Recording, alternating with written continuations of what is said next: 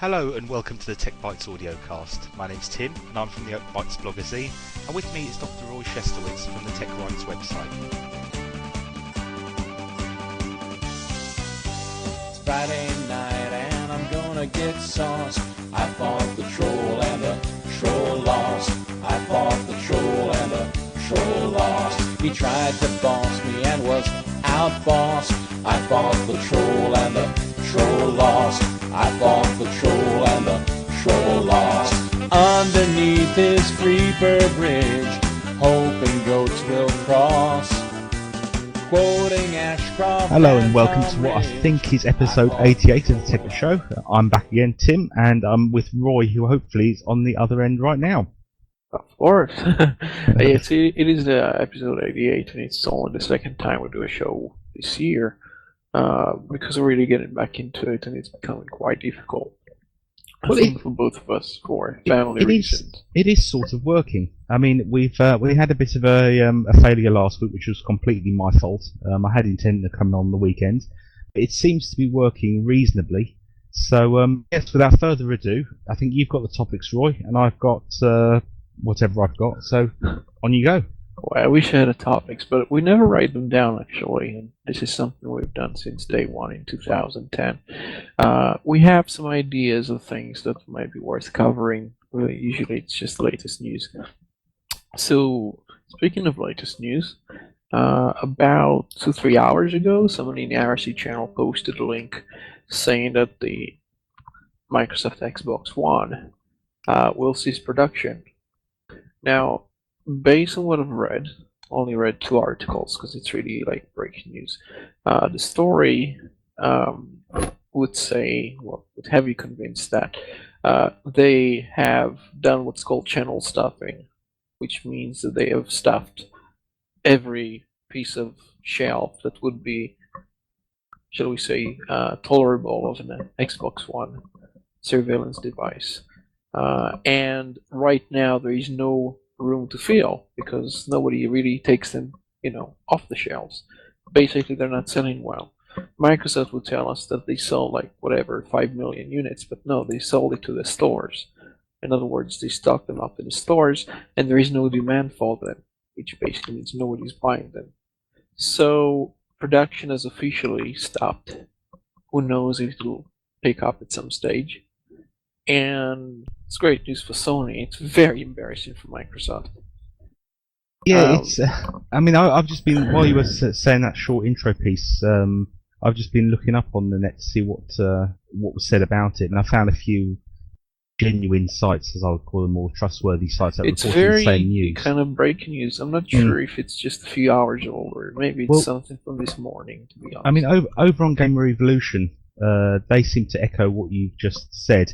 It may be a case that they're going to be slowing production rather than stopping it, but it's they're citing excess supply as the reason. However, with this being Microsoft, the skeptic in me can't help but thinking, is this another one of their ploys? We often see them claiming running out of stock for products. I think the Windows Phone was claimed to have run out of stock and there's only a few available. I don't think that would serve them well.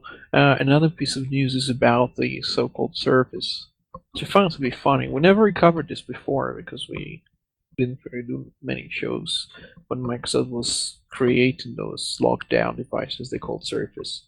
Now, it's not this big, what's known as the big-ass table, the old Surface that they had. It's this basically a subsidized on the face of it device running this, what I call Vista 8, horrible operating system that I happen to have used in the airport.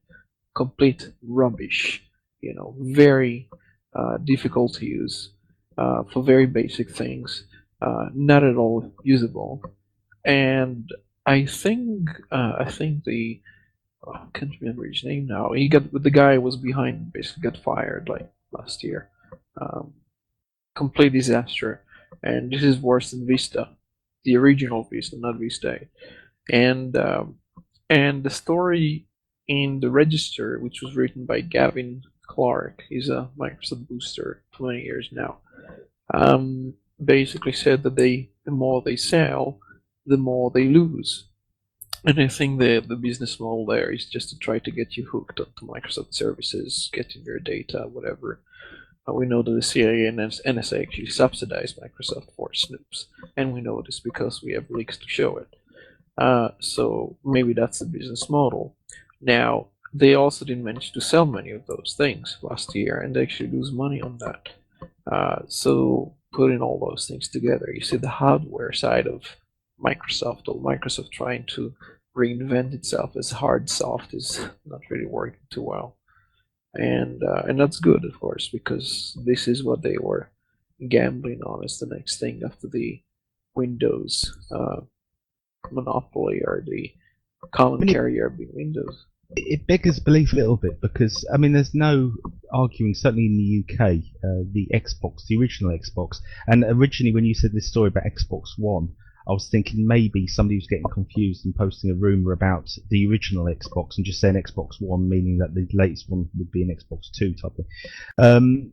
But the problem that Microsoft got with the Xbox One, as I see it, and really this should have been glaringly obvious to them, is that the main competition that they had was cheaper, and it also is higher spec than their Xbox One console, which doesn't bode well. Now, with consoles, I've noticed a lot of people, and this was the same with a lot of my friends and people I know, they have a console for a long time, for example, the Xbox, and they get fed up of the console, they get fed up of the user interface, and they want to have a look and see what other machines have to offer. And of course, the Sony PlayStation 3 saw a massive increase in sales right towards the end, when really it shouldn't have been gaining sales at all, because the PS4 was coming out, the original Xbox was, or 360 was entrenched in the marketplace, and just one step into a computer games outlet would show you by the shelf space dedicated to the titles.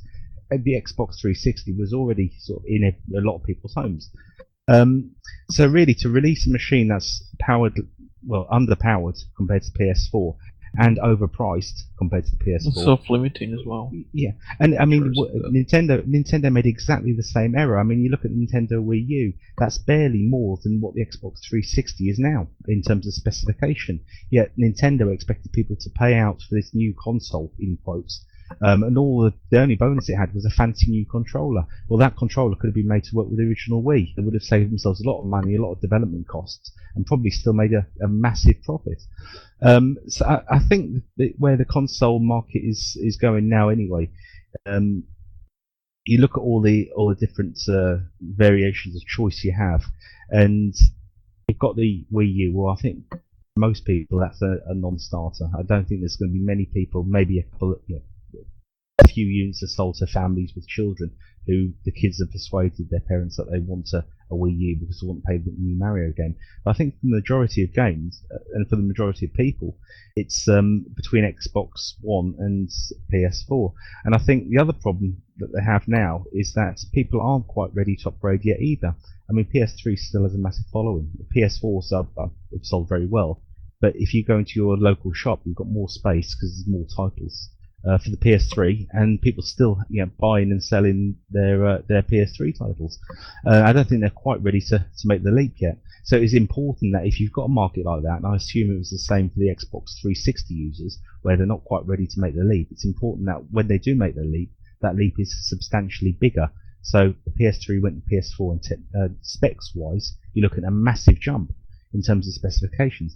Xbox 360, not so much, and when it's more expensive than its competitor, and obviously I've already said it's better spec, really there's not much of an appeal for people to buy it. So it doesn't surprise me that this has all ended a little bit sour. Yeah, well, we're in the UK, so this is a fairly Xbox friendly country, historically, and maybe presently as well. I happen to have seen a queue of people standing in a line at some store, and by the banners I could say, oh, it must be the launch day or something of Xbox in the UK, Xbox One, I mean. And I haven't been following this very closely, because to tell you the truth, in recent years, maybe 2-3 years, I've not been following Microsoft so closely. But I think that PS4 is doubling Xbox One in terms of sales. This is a very different atmosphere. And also, of course, Xbox 360 came out a year before PS3.